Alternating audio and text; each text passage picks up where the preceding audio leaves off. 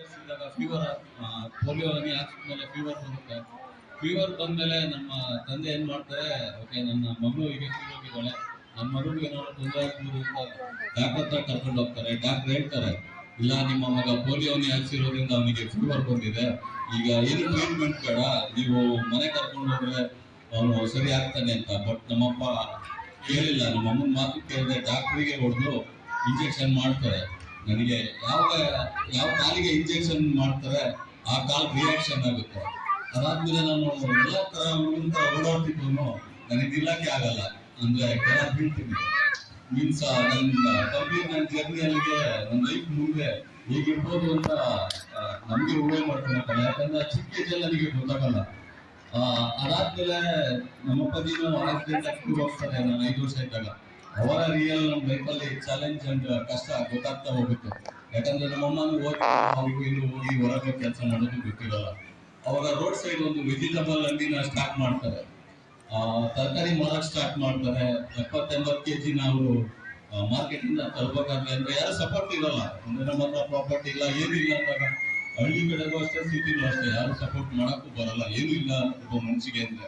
ಅದೇ ತರ ನಮ್ಮಮ್ಮ ತರಕಾರಿ ಮಾಡ್ತಿರ್ತಾರೆ, ಮಗ ಬೇರೆ ಹಿಂಗೆ ಪೋಲಿಯೋ ಆಗಿದೆ, ಅವನ್ನ ಯಾರು ನೋಡ್ಕೊಳ್ತಾರೆ ಅಂತ ನನ್ನ ರೆಸಿಡೆನ್ಸಿ ಸ್ಕೂಲ್ಗೆ, ಅಂದ್ರೆ ಬೇರೆ ಡಿಸ್ಟ್ರಿಕ್ಟ್ ಅಲ್ಲಿ ಒಂದು ರೆಸಿಡೆನ್ಸಿ ಸ್ಕೂಲಿಗೆ ಸೇರಿಸ್ತಾರೆ.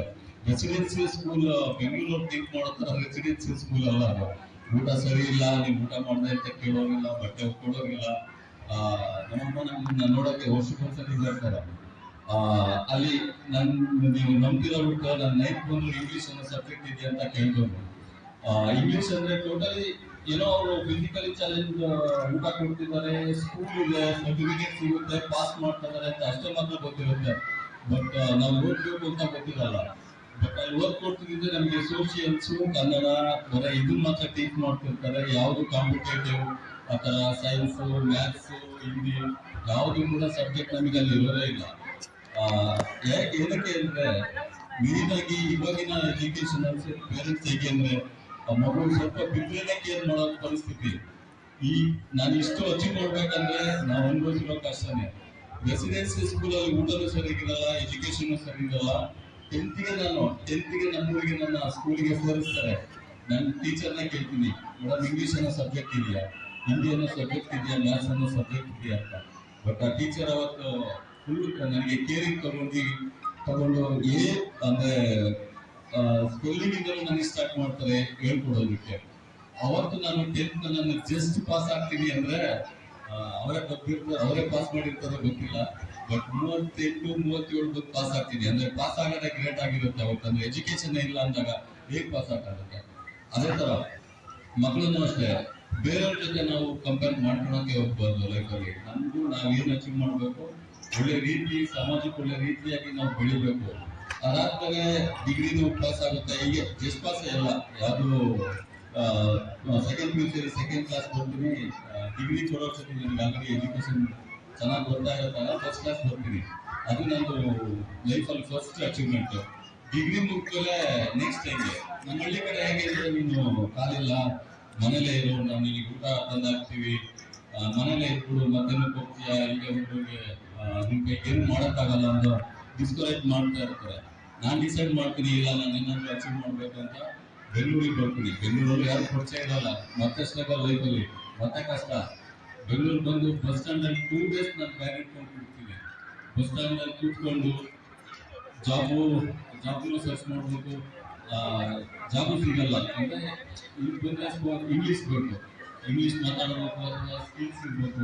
ಬೆಂಗಳೂರಿಗೆ ನಾವು ಮ್ಯಾಚ್ ಅಲ್ಲ, ನಾವು ಹಳ್ಳಿಯಿಂದ ಬಂದವರು. ಹಾಗಾಗಿ ಏನು ಮಾಡ್ತೀವಿ, ಕೆಲಸ ಹುಡುಕ್ತೀನಿ, 4,000 ರೂಪಾಯಿ ಸಂಬಳ ಸಿಗುತ್ತೆ. ಆ ಕೆಲಸಕ್ಕೆ ಒಂದು ರೂಮ್ ಮಾಡಿದ್ರೆ 2 ಕಿಲೋಮೀಟರ್ ಸ್ಟಿಕ್ ಇಟ್ಕೊಂಡು ಹಿಡಿಬೇಕು. ರೂಮಿಂದ ಕೆಲಸಕ್ಕೆ 2 ಕಿಲೋಮೀಟರ್ ಒಂದು ಸೈಡ್. ಅದನ್ನು ಲೈಫಲ್ಲಿ ಸ್ಟ್ರಗಲ್ ಮಾಡ್ತೀವಿ. ಅದಾದ್ಮೇಲೆ 6 years ನಾನು ಬೆಂಗಳೂರಲ್ಲಿ ನನಗೆ ಪ್ಯಾರಾ ಸ್ಪೋರ್ಟ್ಸ್ ಬಗ್ಗೆ ಗೊತ್ತೇ ಇರಲ್ಲ. ಪ್ಯಾರಾ ಸ್ಪೋರ್ಟ್ಸ್ ಅಂದ್ರೆ ಏನು ಅನ್ನೋದೇ ಗೊತ್ತಿರಲ್ಲ. ಹಿಂಗೆ ಕಂಪ್ನಿ ನಮ್ಮ ಕೊಲಿಗೆ ಹೇಳ್ತೀನಿ, ಈ ಥರ ಸ್ಪೋರ್ಟ್ಸ್ ಇದೆ, ನೀನು ಯಾಕೆ ಆಡ್ಬಾರ್ದು ಅಂತ. ಹೌದು ಅಂತ ನನಗೂ ಸ್ಪೋರ್ಟ್ಸ್ ಅಲ್ಲಿ ಇಂಟ್ರೆಸ್ಟ್ ಇರುತ್ತೆ. ಯಾಕಂದ್ರೆ ಊರಲ್ಲಿ ಹುಡುಗರ ಜೊತೆ 160 ಇಟ್ಕೊಂಡು ಫೀಲ್ಡಿಂಗ್ ಮಾಡಿ, ಬ್ಯಾಟಿಂಗ್ ಆಡ್ಕೊಂಡು ಗ್ರೌಂಡಲ್ಲಿ ಆಡಿ ಅಭ್ಯಾಸ ಇರುತ್ತೆ.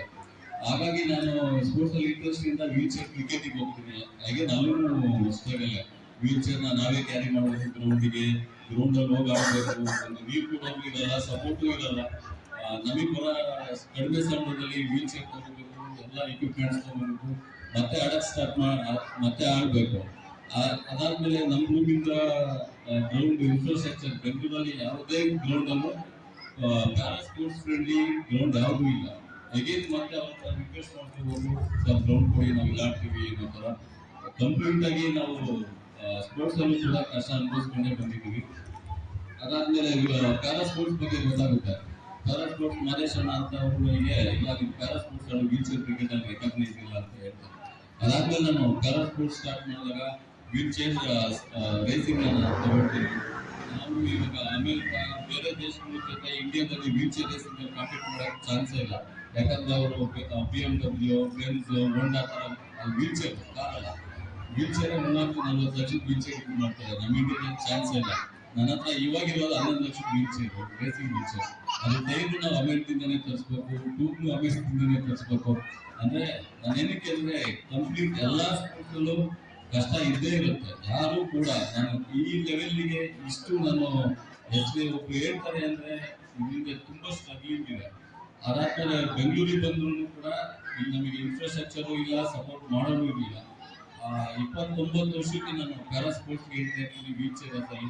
ನಂದು ರೆಕಾರ್ಡ್ ಬಂದು 100 metre 16 seconds wheelchair racing ಅಲ್ಲಿ. ಯಾಕಂದ್ರೆ ವಿತಿನ್ 1 ಇಯರ್ ನಾನು ಅದಕ್ಕೆ ಅಡಾಪ್ಟ್ ಆಗ್ತೀನಿ, ಟೈಮ್ ಇರೋದು ಅಂದ್ರೆ ಏಜ್ ಆಗ್ತಾ ಇದೆ ಅಂತ. ಅದಾದ್ಮೇಲೆ ಮತ್ತೆ ಆಡಕ್ಕಾಗಲ್ಲ ಅಂತ ನಾನು 1 ಇಯರ್ಗೆ ಫಾಸ್ಟ್ ಲರ್ನ್ ಆಗಿ ನಾನು 100 ಮೀಟರ್ 16 ಸೆಕೆಂಡ್ ರೀಚ್ ಆಗ್ತೀನಿ. ಇಂಟರ್ನ್ಯಾಷನಲ್ ಕಾಂಪಿಟೇಷನ್ ಅಲ್ಲಿ 400 ಮೀಟರ್ ಅಲ್ಲಿ ನಾನು ಗೋಲ್ಡ್ ಮೆಡಲ್ ಅಂಡ್ 100 ಮೀಟರ್ ಅಲ್ಲಿ ಬ್ರೋಂಜ್ ಮೆಡಲ್ ರೀಚ್ ಆಗ್ತೀನಿ. ಗೋಲ್ಡ್ ಮೆಡಲ್ ಕೂಡ ವಿನ್ ಆಗ್ತೀನಿ. ಅದಾದ್ಮೇಲೆ ನಾನು ಗ್ರೂಪ್ ಗೇಮ್ ಅಂತ ಸಿಟಿಂಗ್ ವಾಲಿಬಾಲ್ಗೆ ಮೂವ್ ಆಗ್ತೀನಿ. ಸಿಟಿಂಗ್ ವಾಲಿಬಾಲ್ ಅಲ್ಲಿ ಗ್ರೂಪ್ ಗೇಮ್ ನಾನು ನ್ಯಾಷನಲ್ ಅಲ್ಲಿ ಸಿಲ್ವರ್ ಮೆಡಲ್, ಹಾಗೆ ಬ್ರೌನ್ಸ್ ಮೆಡಲ್, ಗೋಲ್ಡ್ ಮೆಡಲ್ ಅಲ್ಲಿ ಸಿಟಿಂಗ್ ವಾಲಿಬಾಲ್ ವಿನ್ ಆಗ್ತೀನಿ. ಹಾಗೆ ಕರ್ನಾಟಕ ಒಂದು ವೀಲ್ ಚೇರ್ ಫಾಸ್ಟ್ ಇರೋದ್ರಿಂದ ರಗ್ಬಿ ಟೀಮ್ ಕೂಡ ನನ್ನ ಆಯ್ಕೆ ಮಾಡ್ತಾರೆ. ಫಸ್ಟ್ ನಾನು ಆಯ್ಕೆ ಆದಾಗ ನಾವು ಸಿಲ್ವರ್ ಮೆಡಲ್ ವಿನ್ ಆಗ್ತೀವಿ. ಅದಾದ್ಮೇಲೆ ನನ್ನ ಕರ್ನಾಟಕ ಕ್ಯಾಪ್ಟನ್ ಆಗಿ ನೇಮಿಸ್ತಾರೆ. ಅದಾದ್ಮೇಲೆ ಗೋಲ್ಡ್ ಮೆಡಲ್ ಮತ್ತೆ ಸಿಲ್ವರ್, ಬ್ರೌನ್ಸ್ ಮೆಡಲ್ ಕಂಟಿನ್ಯೂ ಆಗಿ ವಿನ್ ಆಗ್ತಿದ್ವಿ. ಅದಾದ್ಮೇಲೆ ನಾನು ಅನುಭವಿಸಿದ ಕಷ್ಟ ಏನಿದೆ ಕಂಪ್ಲೀಟ್ ಸ್ಪೋರ್ಟ್ಸ್ ಜರ್ನಿಯಾಗಿ ಎಲ್ಲರೂ ಮೀಟಿಂಗ್ ನೋಡಿದಾಗ ನಾನೊಂದು ಸಂಸ್ಥೆ ಇಂಡಿಯಾದಲ್ಲಿ ಫಸ್ಟ್ ಒಂದು ಸಂಸ್ಥೆ ಸ್ಟಾರ್ಟ್ ಮಾಡ್ಬೇಕಂತ ಪರಿಶ್ರಮ ದಿವ್ಯಾಂಗ್ ಸ್ಪೋರ್ಟ್ಸ್ ಅಕಾಡೆಮಿ ಅಂತ ಸ್ಟಾರ್ಟ್ ಮಾಡ್ತೀನಿ. ಒಂದು ಉದ್ದೇಶ ಬಂದು ನಾನು ಅನುಭವಿಸಿದ ಕಷ್ಟ ಅಂದ್ರೆ ಈ ವಿಲೇಜ್ ಕಡೆ, ಡಿಸ್ಟ್ರಿಕ್ಟ್ ಕಡೆ ಪ್ಯಾರಾ ಸ್ಪೋರ್ಟ್ಸ್ ಅವೇರ್ನೆಸ್ ಇಲ್ಲ, ಇವಾಗಲೂ ಇಲ್ಲ.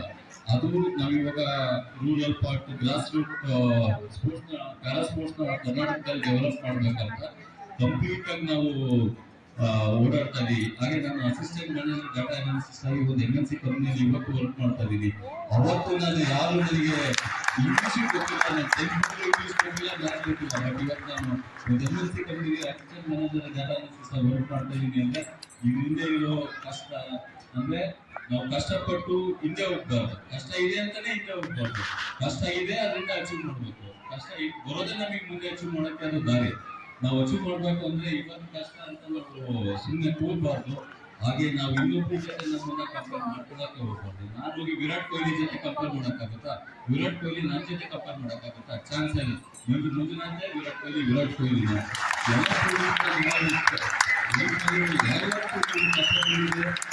ಕಷ್ಟ ಇದೆ, ಅದನ್ನ ನೀವು ಯಾವತ್ತೂ ಹಿಂದೆ ಹೋಗ್ಬೇಡಿ. ಮುಂದೆ ಒಂದು ಒಳ್ಳೆ ದಿನ ನಿಮಗೋಸ್ಕರ ಕಾಯ್ತಾ ಇರುತ್ತೆ. ಆ ಒಳ್ಳೆ ದಿನಕ್ಕೋಸ್ಕರ ನೀವು ಅಚೀವ್ ಮಾಡಕ್ಕೆ ಹಾರ್ಡ್ ವರ್ಕ್ ಮಾಡಿ. ಪೇರೆಂಟ್ಸ್ಗೆ ನಾನು ಇಷ್ಟೇ, ಮಕ್ಕಳನ್ನ ಪ್ರೀತಿಯಿಂದ ನೋಡಿ, ಅದ್ರ ಸ್ಪಾನ್ ತರ ಬೆಳೆಸ್ಬೇಡಿ, ಅವ್ರನ್ನ ಹಾರ್ಡ್ ವರ್ಕ್ ಆಗಿ ಬೆಳೆಸಿ. ಅವ್ರು ಒಂದಿನ ಬಿದ್ರು ಕೂಡ ಅವರೇ ಎದ್ದು ನಿಲ್ಬೇಕು, ಆ ತರ ಬೆಳೆಸಿ. ಇವತ್ತು ಒಂದು ಸ್ವಲ್ಪ ಅಷ್ಟೇ ಅಲ್ಲ, ಬೇರೆ ಇಲ್ಲ, ಎದ್ದು ಬರ್ತಾರೆ. ಆ ತರ ಸ್ಟ್ರಾಂಗ್ ಆಗಿ ಮಕ್ಕಳನ್ನ ಬೆಳೆಸ್ಬೇಕು. ಹಾಗೆ ಮಕ್ಕಳಿಗೂ ಕೂಡ ಸ್ಪೋರ್ಟ್ಸ್ ಕೂಡ ನೀವು ಒನ್ ಅವರ್ ನೀವು ಯಾವ್ದ್ರಲ್ಲಿ ಇದ್ದೀರಾ, ಸ್ಟಡಿಯಲ್ಲಿ ಇದ್ದೀರಾ, ಕಂಪ್ಲೀಟ್ ಸ್ಟಡಿ ಮಾಡಿ, ಬೇರೆ ಯಾವ್ದು ತಲೆಯಲ್ಲಿ ಇಟ್ಕೊಬಿಡಿ. ಆ 1 ಅವರ್ ನೀವು ಯಾವ್ದು ಇನ್ವೆಸ್ಟ್ ಮಾಡ್ತಿದ್ದೀರಾ ಅದನ್ನ ಕಂಪ್ಲೀಟ್ ಆಗಿ ಯುಟಿಲೈಸ್ ಮಾಡ್ಕೊಳ್ಳಿ. ಇವಾಗ ಸ್ಪೋರ್ಟ್ಸ್ ಆಡ್ತಿದ್ದೀರಾ, ಸ್ಪೋರ್ಟ್ಸ್ ಆಡ್ಕೊಳ್ಳಿ, ಅದ್ರ ಮೈಂಡಲ್ಲಿ ಎಜುಕೇಶನ್ ಬರ್ಬೋದು. ಓದ್ತಾ ಇದ್ದೀರಾ, ಓದ್ಕೊಳ್ಳಿ, ಸ್ಪೋರ್ಟ್ಸ್ ಬರ್ಬೋದು. ಯಾವ್ದು ಮಿಕ್ಸ್ ಮಾಡಕ್ ಹೋಗ್ಬೇಡಿ. ಈಗ ಯಾಕೆ ಸ್ಪೋರ್ಟ್ಸ್ ಇಂಪಾರ್ಟೆಂಟ್ ಅಂದ್ರೆ ನಿಮ್ಗೆ ಫಿಟ್ನೆಸ್ ಆಗಲಿ, ಮೆಂಟಲ್ ಹೆಲ್ತ್ ಆಗಲಿ ಕಂಪ್ಲೀಟ್ ಆಗಿ ಡೆವಲಪ್ಮೆಂಟ್ ಆಗುತ್ತೆ.